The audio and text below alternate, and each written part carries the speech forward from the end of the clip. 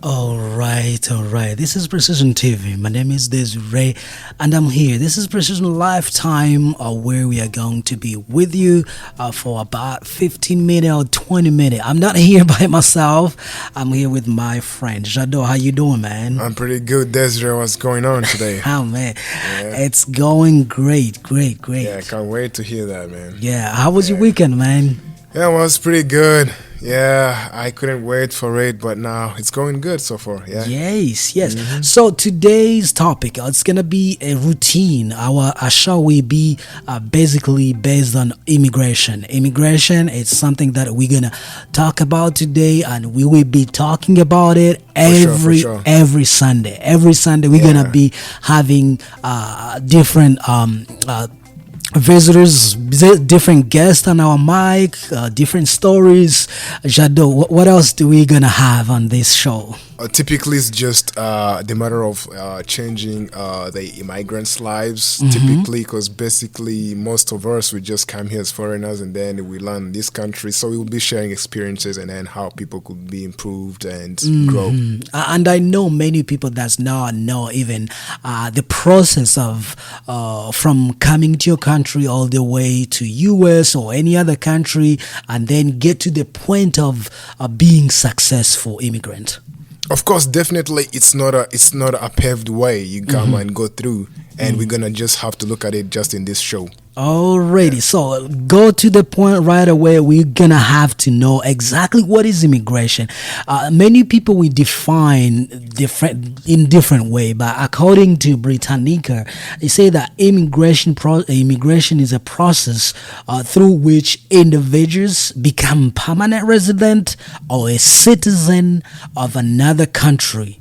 So basically, I think you understand what they mean here. Yeah, typically you're seeking something different from your country, so like that means you need to go to another country to reside and permanently live there. Yes, because some people we confuse. If you are leaving your country, going to France or America or anywhere just for visit, that's not immigration. That's a visit, That's a like you visit. said. Yeah. Exactly. So we need to know exactly what is the immigration, because I noticed that sometimes people get confused on this vocabulary. Yeah, basically, immigration is just you want to leave to go to live. I mean, leaving one country to go and reside in another country, specifically seeking for citizenship. You want to become a citizen of a different country, of unborn country for That's right. yourself. Yeah. That's right. And then we are going to see exactly the background when this immigration exactly started. No, basically started, but when it came like a big issue. It started during the post Second World War, where I would say around 1950s all the way to 1960s, where the colonialism was going away. People were getting free from the colony. That's when the immigration started from the country where they were a colony based on that specific country. During that Yes. time, Basically, that time that's when the colonization system was coming to its end. And if you come to Africa, for instance, like between 1950s and 1970s, that's when the independence like started flourishing. Yeah, everything started from there. yeah. So typically, that time. The colonization in Asia and Africa, things were just coming to an end. And here we're gonna see this point: how did these like first world countries benefited in legalizing immigration to Asians and Africans? We're gonna see that, like and socially, economically, and yeah.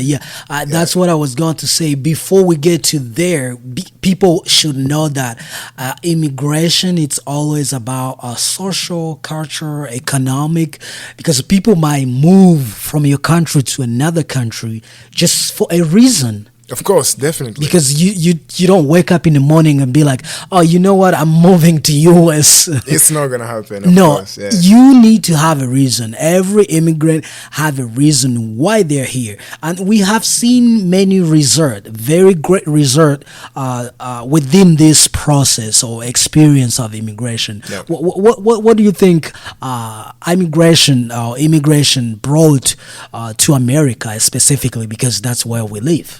Of course. Oh my goodness, it's like a very vast, broad results if you're gonna talk about it in terms of economy, in terms of infrastructure, in terms of entrepreneurship. Because most of successful businessmen, they are immigrants in the U.S. And this has just like created a huge opportunities in terms of creating labor forces, for instance.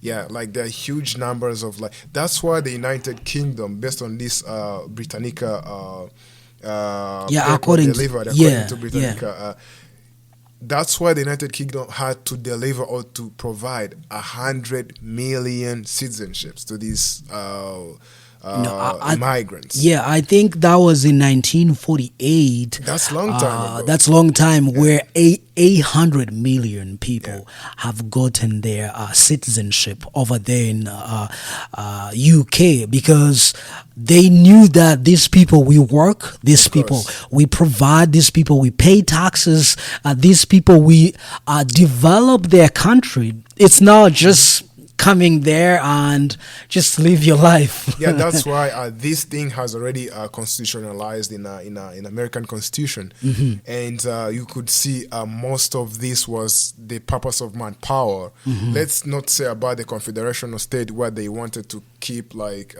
the slavery systems, people working in cultivation, plantations, and all that. Yeah, that like in the modern era, it's just the manpower, skilled labor, providing success to the country's economy. Today's time, the immigration system is growing, but more it would be refugees. Refugees are the one going from their country, fleeing to maybe to the country where they have gotten the resettlement. We have seen a lot of other immigrant like green card holders. So there are a lot of type of immigration here in the U.S., but more, most of them, they're refugees. So that's category one. Category two will be those people with a green card lottery system, and other people are the one who are here as just visa student. You come to study and then you decide to stay. Those are basically people who are living here. Basically, the main reasons for people immigrating from one country to another will be, the first thing is the war. People fleeing wars. And another thing is employment. People seeking employment. That's right. And like the cleanest way, which is rare, is getting a green card, let's say.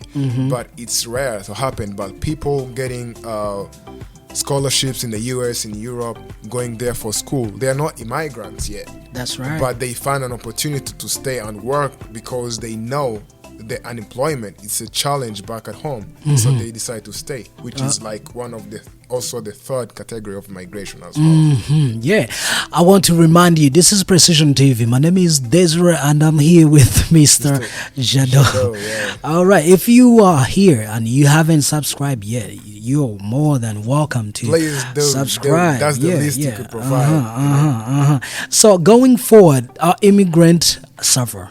Immigrants suffer a lot. It's not an easy way. It's not something that everybody will be like, okay, I'm moving, I'm going there. Even though you have all the paperwork you need to live here, you're gonna still suffer from different challenges. We suffer, let's say it like that. Jado, tell me a little bit about your challenge here in the US. Basically, back at home, of course, I'm originally from Rwanda. So everyone, let's say young people, they dream of coming to the US. Man, that's a dream, bro. It's a huge dream. And coming to life to a person like me, it's a huge opportunity, let's say. And luckily enough, I found here something called American Dreams. American Dream, Of course, everyone talks about it here. But back at home, no one knows about it. But when you have that dream to come to the US, you feel like, oh man, it's a land of everything, you know? So that's one step. But when you come here, after getting everything, let's say you are a legit immigrant, you get everything needed to be here. So in a few days, you'll be making your life, settling down. It doesn't happen just like that. No, really. It not takes really. time and takes patience. You come here, you know no one who's gonna help you. You don't know where to stay, how signing lease contract, how you gonna stay here, how you gonna pay the rent. You start, you start comparing currencies. Oh, that's right. Yeah, everything that you're buying, you're buying in your currency from back home. By the time you start making connections, hey, everyone is driving a car, owning a car. It's a miracle. You know, not everyone can afford a car. And you're still boarding buses where someone drives to work 15 minutes. Oh, you're going to take an hour and a half riding a bus. That was happening to me, of course. That's right. Whether it's in the summer, on the heat, or in the winter, or in the spring during the raining season. Yeah, all those things. Other challenges that many people faces, it's about the language, language barrier, because U.S. is a country where you only speak English if you want to survive. So language was a barrier for everybody. Myself and other family members who are here, they suffered this challenge, bro. Yeah. And I'm telling you, not only the challenge of language, but also the system. The resettlement takes time. It's a one by one. It's a step by step to get to know exactly what you want.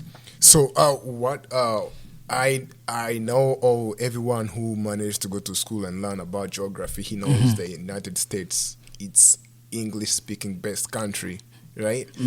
So why do you think people don't tend to take this advantage and then say, hey, let me just try to polish my English before, reaching this country? Or why do they feel doing it when they arrive here? I think this is the right thing to consider. When you feel like you want to come, or maybe you have opportunity already, maybe you are coming next year or next 2 years, the first advice that I will give you, it's learn English. That will be your diploma. Your first diploma, it's English. Forget about anything else. Forget about your PhD or whatever. Your first degree should be English. That's when you will have, first of all, has the advantage. You can get a job easily. You can have opportunity to go to school because you already know that English. So you can get eased on accessing services. I would say it's a key. Yeah. It's a key of every success that you might have here. So, let's say you come here, you find that's a challenge, you try to learn English, you try to get settled in the system. What's the influence of the community to this person? The influence, I would say it would depend. If you want to live with the people who's gonna speak your language, then that's gonna steal your problem because it will be hard for you to learn English. I will consider to live with other people. Find a friend who speaks English, because if your influences are the same people from your country, then you're gonna be stuck. Yeah, definitely. So because you are afraid, or you're like you're a little less confident about this foreign language, that's right. You want to get back to your roots in a different place. All right, this is what we will be talking about. If you are immigrant, if you love immigrants, if you are following us, please you can share. What else do you think we will be talking about here? You can share your comment. You can tell us what you think it's important. What we can talk about this and also, this show. If you're in the US, let's say typically an African or Rwandan person or an immigrant successful in the US, please just hit us in the comment. We'll dive to have you in the show. That's what I was going to say, because within this show we will be having guests who were able to be successful during their journey. They're gonna share with us. It will be success stories here on this show. Beside that, we will have many people, like those influencers who will be sharing their stories on this show. So without taking further ado, let's go ahead and jump on those successful people that everybody should know. I'm not sure if you knew it, but we have famous people that everybody by now should know, or you already know, but maybe you don't know that they're immigrant as well. So Jado, I think we have a list of at least we were able just to we just are to able pick to, only yeah, 14, but you out can a even few have names, you can even have 30 or 50 or 100, because there are a lot of immigrant who were has been able to manage the situation and this get is to the point. that's why you can be an immigrant to any country, but coming to the US, it's a plus because it's a land full of opportunity, and then you can do whatever you want, right? Let's say business, you can do entertainment, you can do anything you want. So we managed to pull out 14 names of people who made it in Hollywood industry in terms of entertainment business. Yes. And these people, most of them, they are immigrants. All of them, not most. So all of them, they are immigrants. So we have Pamela Anderson. Pamela Anderson was born in Ladysmith. It's a British Columbia, and moved to Los Angeles after she appeared on the cover of Playboy in 1989. She became a dual citizen in 2004. Yeah, in the second position, we have Samantha Bay from Toronto, Ontario, in Canada, where she was just performing at the University of Ottawa, and then she came to the US in 2014. That's when she got also the she managed to get a dual citizenship of US and Canada in 2014. Yeah, we are talking about Hollywood superstar. Here we have another born in London, Emily Blunt, became a dual British and American citizen in August 2015. It's not that long ago. She was actually sworn in alongside Matthew Wong's wife, Camilla Leaves. So that's when 2015 is tomorrow. She said, I became American citizen recently, and that night we watched the Republican debate, and I thought this was a terrible mistake. That's true. When you see the debate, you feel like, bro, am I gonna stay here? Yeah. So on the fourth place, of course, we have a guy called Jim Carrey, who is from also from Ontario, but he moved to Los Angeles just for making a career in the film industry. Of course, he was granted a dual citizenship in 2004, but he's one of the celebrities who cleared their names of not being one of the fans of Donald Trump. That's right. So yeah, I think he was a person who could get his citizenship revoked. Yeah, likely. Number five, we have Michael J. Fox. He was born on June 9th in 1961 in Edmonton. That's still in Canada. In 1979, at the age of 18, he moved to Los Angeles to further his acting career, and he became American citizen in 2000. So that's recently too. So I would say that's not that long ago. He reportedly saying he was greatly bothered by the fact that he lived in America but was not able to vote. So that's one of the things that he was feeling like, oh man, why I'm now voting? Yeah, because you are not a U.S. citizen. Of course, moving forward here, we have Selma Hayek. She was born in Veracruz, Mexico. She went to university in Mexico for acting and discovery, but she moved to LA in 1991. and then she became a very famous actress in Hollywood. We have Nicole Kidman and Keith Urban are both from down under and are dual citizen of the U.S. and Australia. Kidman was born in Honolulu, Hawaii, to Australian parents who were temporarily living in the United States on education visa. Urban was born in Whangarei, New Zealand. Urban moved to Nashville in 1992 for further his music career after releasing his debut album Down Under. So that's them. Yeah. Yes, moving on, we have another guy called Dave Matthews. He was born in Johannesburg in South Africa. Yes. You know, one of white South African. Mm-hmm. South Africans. At the age of 2, he was born there, and then moved to Winchester County, New York. And then he became a very famous songwriter and a singer as well. And he and his family, they got a citizenship in 1980s. Back that time, I think was a while, because this guy at that time was already grown up. Yeah, we have Kumali Nanjiani. He was born in Karachi, that's in Pakistan. At the age of 18, he moved to the United States and attended Greener College in Iowa, from which he graduated in 2001 and became American citizen.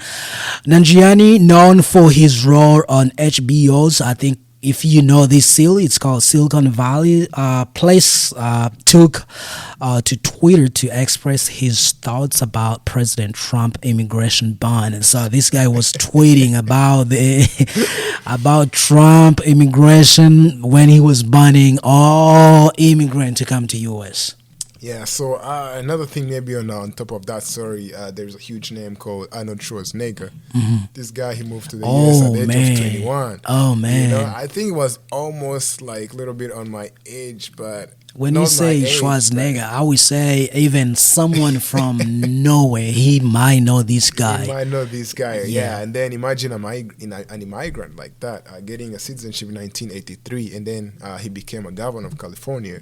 So you could understand the part of an immigrant. Position to leadership. Yeah, leading the U.S. That's right. We have Natalie Portman. Portman was born in Jerusalem. When she was 3 years old, her family moved to the United States, and for her father to continue his medical training, she is now carried dual American and Israel citizenship. Yeah, so we have another one called Charlize Theron.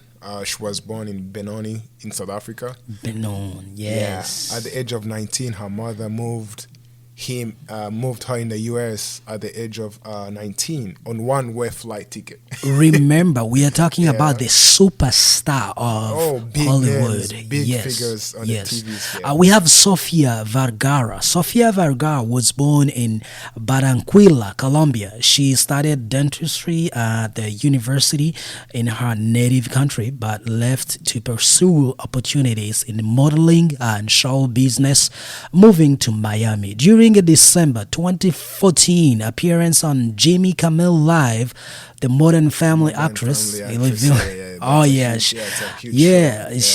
recently answered her citizenship test with the perfect score. So they make you because they have to make sure that you deserve to be part of the country. That's what she said. Of course, yeah. So that's the last name we had on our list today, but we're gonna bring more names. Yeah. So basically, this is just to tell our followers, our fans, our fellow migrants that these are things that are very possible if you want to work towards that. But these things, they come with a cost as well, and there's no paved way for that. Based on there is an article from the immigrant affairs manager of the city of San Diego, Miss Farhat Popel. She's an Afghan, but she moved out of Afghanistan in when she was 8 or 7. They first moved to Germany, and then her mother moved her in the US.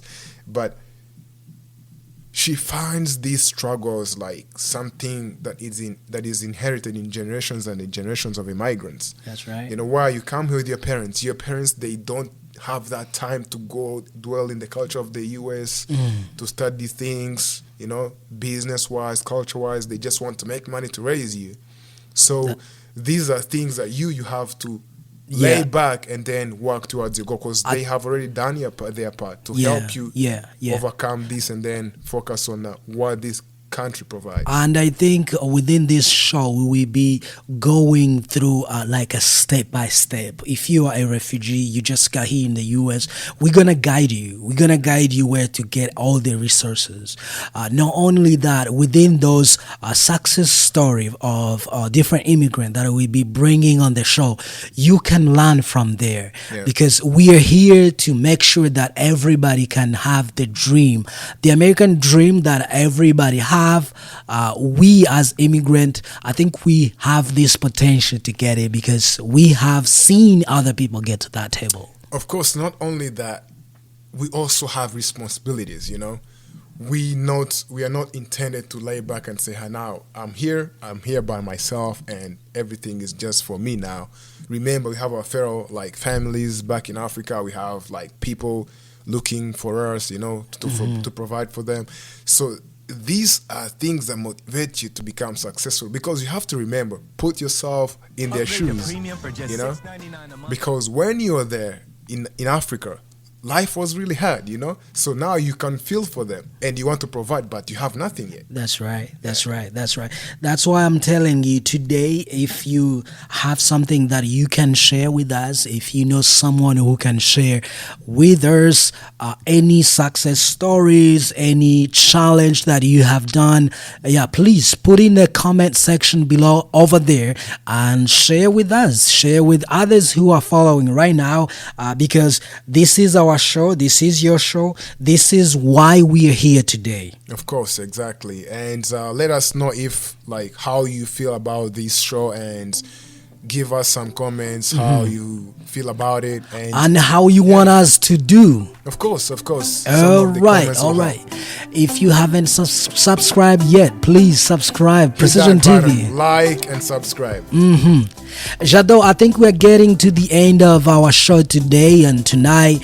What else do you think people should know about the immigration? Just few things that you think we will be touch base on it. It's just about trying to improve your life, because moving from one place to another, it's not easy. It's like starting over, but it's always possible. That's the only thing I can say. All right.